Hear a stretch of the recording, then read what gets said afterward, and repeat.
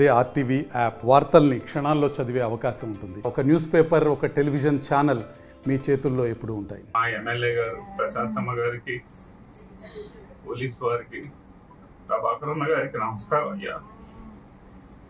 నేను ఇంతవరకు ఎవరికి హాని చేయలేదు. నన్ను ముసలి వాళ్ళు, పెద్దవాళ్ళు, హార్ట్ పేషెంట్లు ప్రతిసారి వచ్చి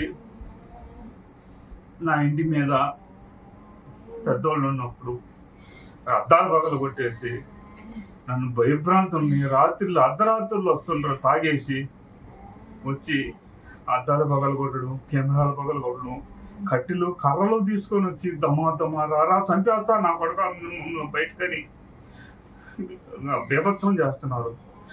మా ఇద్దరు ఉన్నారు వాళ్ళు నేను చావుకోవాలా, నన్నే నమ్ముకొని ఉన్నారు. నేను ఎవరికి హాని చేయలేదు. నేనేదో ఇంజనీరింగ్ చేస్తూ బయటికి వెళ్తూ 10 రూపాయలు సంపాదించుకొని ఇంట్లో చాపుకుంటున్నా. ఈ వయసులో కూడా చిన్న ఆపద కలగకుండా వాళ్ళని చాపుకుంటున్నా. ప్రశాంతమ్మ గారికి వినిపించుకుంటున్నా. నేను ఎటువంటి తప్పు చేయలేదమ్మా. అందరూ నా ఎదుగుదలను చూసి ఏడ్చిపడేవాళ్ళే కానీ నేను ఎవరికి తప్పు చేయలేదమ్మా. నన్ను మీద గ్రామ నాయకులు ఎవరో తెలియదు తాగిచ్చేసి నన్ను చంపేయమని చెప్పేసి అందరికీ తలుపులు రాత్రులు తట్టి భయభ్రాంతులు చేసిన మంచి నిద్రలో ఉలికిపడి లేయాల్సి వస్తుందమ్మా. ముసలిని కాపాడుకోవాలి. నేను కత్తులు కట్టెలు తీసుకొని వచ్చేసి నా మీదకు దాడికి వచ్చేస్తున్నాడమ్మా. ఏ టైంలో ఏం జరగదో తెలియట్లేదు. భయంతో కూడుతుందమ్మా నా పరిస్థితి.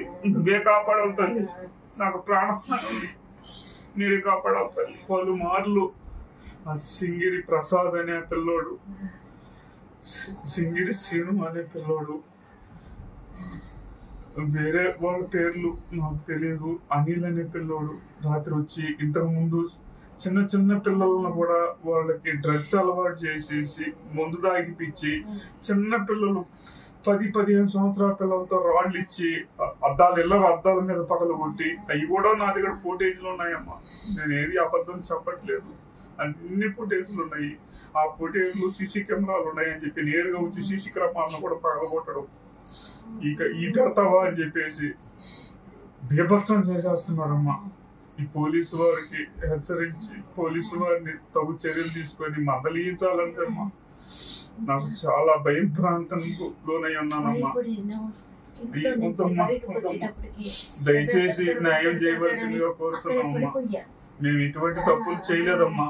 ఆ అక్కస మీద వాడు రావడం మేము భయపడిపోయినాం. వాళ్ళు ఏం చేస్తారో అనేది నాకు వేసింది. ఆయన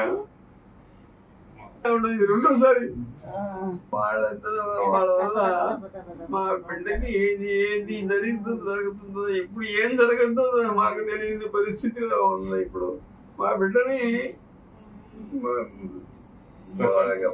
రక్షించే బాధ్యత తీసుకోమని పోలీసు వాళ్ళకి, పై అధికారులకి విన్నవించండి అని చెప్పని వేమిరెడ్డి ప్రశాంతమ్మ గారికి నమస్కరిస్తున్నాం. మమ్మల్ని కాపాడమని. మా బిడ్డ మీదకి ఇప్పుడు రాకూడదని మీరు గట్టిగా చెప్పాలి. మరిన్ని వీడియోస్ కోసం ఛానల్ ని సబ్స్క్రైబ్ చేయండి. లేటెస్ట్ అప్డేట్స్ కోసం వాట్సాప్ ఛానల్ ని ఫాలో చేయండి. అండ్ లింక్ డిస్క్రిప్షన్ లో ఉంది.